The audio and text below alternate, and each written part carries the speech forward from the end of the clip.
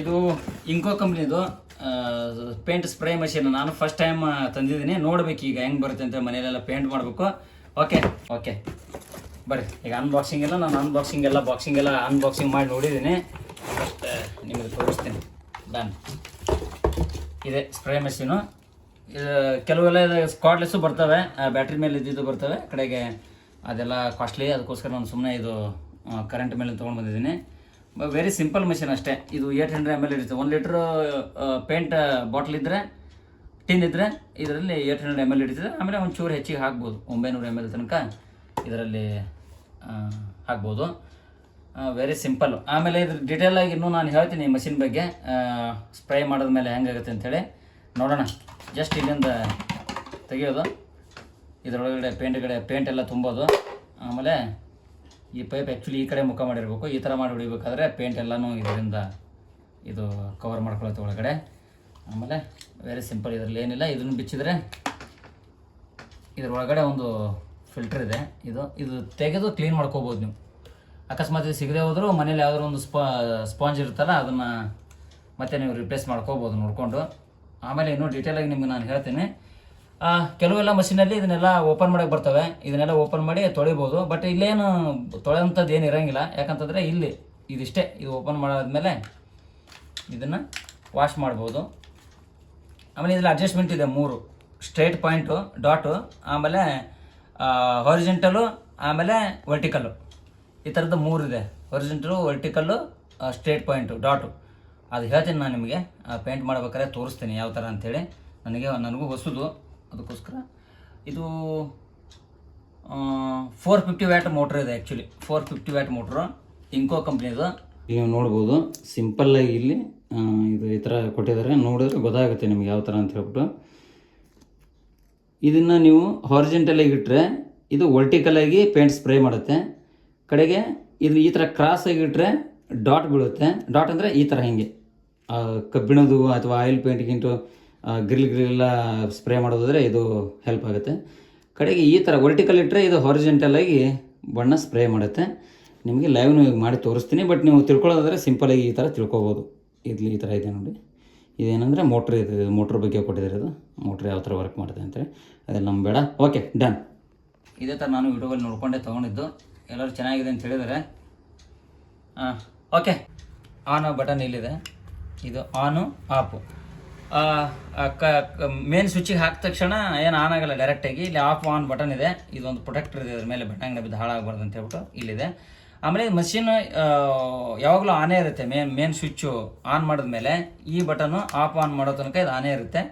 ಕಡೆಗೆ ಇದು ಪ್ರೆಸ್ ಮಾಡಿದ್ರೆ ಮಾತ್ರ ಬಣ್ಣ ಹೊರಗಡೆ ಬರುತ್ತೆ. ಇಲ್ಲಾಂತಂದರೆ ಏರ್ ಹೊರಗಡೆ ಹೋಗ್ತಾ ಇರುತ್ತೆ, ಏರು. ಇಲ್ಲಾಂತಂದರೆ ಇದು ಪ್ರೆಸ್ ಮಾಡಿದ್ರೆ ಕಲರ್ ಅಷ್ಟೇ ಸ್ಪ್ರೇ ಆಗುತ್ತೆ. ಕಡೆಗೆ ನೀವು ಸುಮ್ಮನೆ ಈ ಥರ ಬಿಟ್ಟರೆ ಏರ್ ಪಾಸ್ ಆಗ್ತಾ ಇರುತ್ತೆ. ಕಡೆಗೆ ಮಷಿನ್ ಸ್ವಲ್ಪ ಹೀಟ್ ಆಗುತ್ತೆ. ಅದಕ್ಕೋಸ್ಕರ ಆಫ್ ಮಾಡ್ಕೊಂಡು ಇಟ್ಕೊಂಡ್ರೆ ಒಳ್ಳೆಯದು. ಇಷ್ಟು ಈಗಷ್ಟೇ ಮೇನ್ ಇರೋದನ್ನು ನಾನು ಹೇಳಿದ್ದೀನಿ. ಯೂಸ್ ಮಾಡಾದ್ಮೇಲೆ ಡೀಟೇಲ್ಡಾಗಿ ವಿಡಿಯೋ ಮಾಡ್ತೀನಿ. ಯಾರಿಗೆ ಇಂಟ್ರೆಸ್ಟ್ ಇದ್ದವ್ರು ನೋಡಿದ್ರೆ ನೋಡ್ಬೋದು. ಓಕೆ,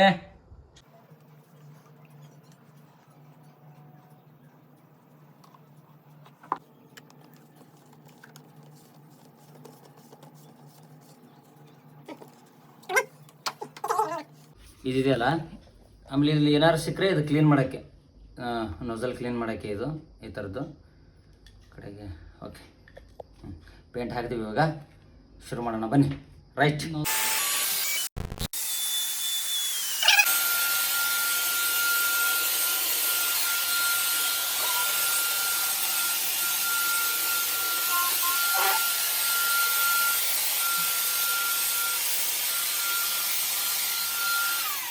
ದಪ್ಪ ಆಗೈತೆ ಮಗ. ದಬ್ಬಳದ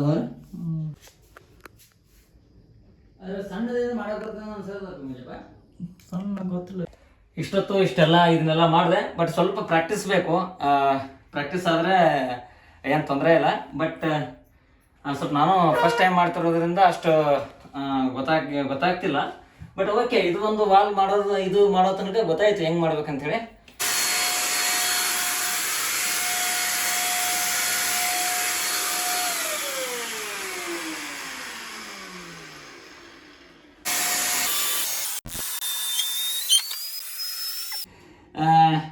ಆಯಿಲ್ ಪೇಂಟು ಮಾಡ್ಬೋದು, ಸುಣ್ಣ ಒಂದು ಬಿಟ್ಟು ಡಿಸ್ಟಂಪರ್ ಆಮೇಲೆ ಇದು ರಬ್ಬರ್ ಕೋಟಿಂಗು ಈ ಪ್ಲಾಸ್ಟಿಕ್ ಕೋಟಿಂಗ್ ಏನು ಪೇಂಟ್ಸ್ ಎಲ್ಲ ಇದೆಯಲ್ಲ ಈ ಥರದ್ದೆಲ್ಲ ಎಲ್ಲಾನು ಸ್ಪ್ರೇ ಮಾಡ್ಬೋದು. ಬಟ್ ಇದು ಒಂದು ಸ್ವಲ್ಪ ಕ್ಲೀನ್ ಮಾಡ್ತಾ ಇರಬೇಕಷ್ಟೇ, ಯಾಕಂತಂದರೆ ಸ್ಪ್ರೇ ಅದು ಸ್ಮಾಲ್ ಇರುತ್ತಲ್ಲ ಮೂಲ, ಅದಕ್ಕೋಸ್ಕರ. ಇನ್ನೊಂದು ಏನು ಹೇಳ್ಬೇಕಂತಂದರೆ do it yourself, DIY project. ಅಂದರೆ ನೀವು ನಿಮ್ಮ ಮನೆಗೋಸ್ಕರ ಏನಾದರೂ ಮಾಡ್ತಿದ್ರೆ ಮಾಡೋದಕ್ಕೇನು ತೊಂದರೆ ಇಲ್ಲ. ಇದು ಯಾರಾದರೂ DIY ಪ್ರಾಜೆಕ್ಟು ಅಥವಾ ಇನ್ನೇನಾದ್ರು ಮಾಡೋರು ಇದ್ರೆ ಅಂತಂದರೆ ಆರಾಮಾಗಿ ಹೊರಗಡೆ ಪೇಂಟ್ ಮಾಡೋದಕ್ಕೆ ಕಾಸ್ಟ್ಲಿ ಆಗುತ್ತೆ. ನಾವು ತಗೊಂಡು ಬಂದು ನಮ್ಗೆ ಹೆಂಗೆ ಬೇಕೋ ಹಂಗೆ ಟಿನ್ನರೆಲ್ಲ ಮಿಕ್ಸ್ ಮಾಡಿಕೊಂಡು ಆರಾಮಾಗಿ ಮಾಡ್ಕೋಬೋದು ಅಂತ ಹೇಳ್ತೀನಿ. ಬಟ್ ಓಕೆ, ನನಗೂ ಸ್ವಲ್ಪ ಗೊತ್ತಿಲ್ಲದೆ ಅದಕ್ಕೋಸ್ಕರ ಸ್ವಲ್ಪ ಲೇಟ್ ಆಗ್ತಿದೆ.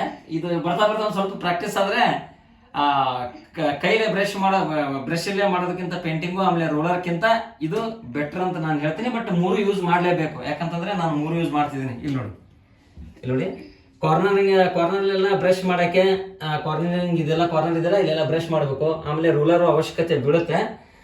ಬಟ್ ಈಸಿ ಆಗುತ್ತೆ, ಒಂಚೂರು ಕೈ ಎಲ್ಲ ಪೇನ್ ಬರ್ಕಂದ್ರೆ ರೆಗ್ಯುಲರ್ ಕೆಲಸ ಮಾಡೋದ್ರೆ ಅವ್ರಿಗೆ ಪ್ರಾಕ್ಟೀಸ್ ಇರುತ್ತೆ. ಕೈ ಚೂರು ನೋವು ಬಂದರೂ ಏನೋ ಪರವಾಗಿಲ್ಲ. ನಾವು ಯಾವಾಗೋ ಒಂದ್ಸರಿ ಮಾಡೋರಿಗೆ ಈ ಕೈ ಎಲ್ಲ ಮೇಲೆ ಈ ಥರ ಬ್ರಷ್ ಮಾಡ್ಬೇಕಾದ್ರೆ ಕೈ ಸಿಕ್ಕಾಪಟ್ಟೆ ನೋವು ಬರುತ್ತೆ. ಅದಕ್ಕೋಸ್ಕರ ಇದರ ಹೆಲ್ಪ್ನಿಂದ ಸ್ವಲ್ಪ ಈಸಿ ಮಾಡ್ಕೋಬೋದು. ಅಷ್ಟು ಪರ್ಫೆಕ್ಟ್ ಅನ್ನೋದಕ್ಕಿಂತ ಸ್ವಲ್ಪ ಈಸಿ ಮಾಡ್ಕೋಬೋದು. ಬಟ್ ಒಂಚೂರು ಡಾಟ್ ದಪ್ಪ ಬೀಳ್ತವೆ ಅಂತ ಹೇಳ್ಬೋದು. ಬೇರೆ ಕಂಪ್ನಿವೆಲ್ಲ ನಾನು ರಿವ್ಯೂಸ್ ಎಲ್ಲ ನೋಡ್ದಂಗೆ ಅವು ಸ್ಪ್ರೇ ಎಲ್ಲ ಸ್ಮಾಲ್ ಅಂದರೆ ಮೈಕ್ರೋ ಡಾಟ್ಸ್ ಬೀಳ್ತದೆ. ಇದು ಒಂಚೂರು ದಪ್ಪ ಡಾಟ್ ಇದು. ಅದಕ್ಕೋಸ್ಕರ ಸ್ವಲ್ಪ ಬ್ರಷು ಆಮೇಲೆ ರೋಲರ್ ತೊಗೊಂಡ್ಬಂದು ಸರಿ ಮಾಡ್ಕೊಂಡ್ರೆ ಗುಡ್ ಅಂತ ಹೇಳ್ತೀನಿ. ಈ ಮಷೀನು ತಗೋಬೋದು. Okay, done.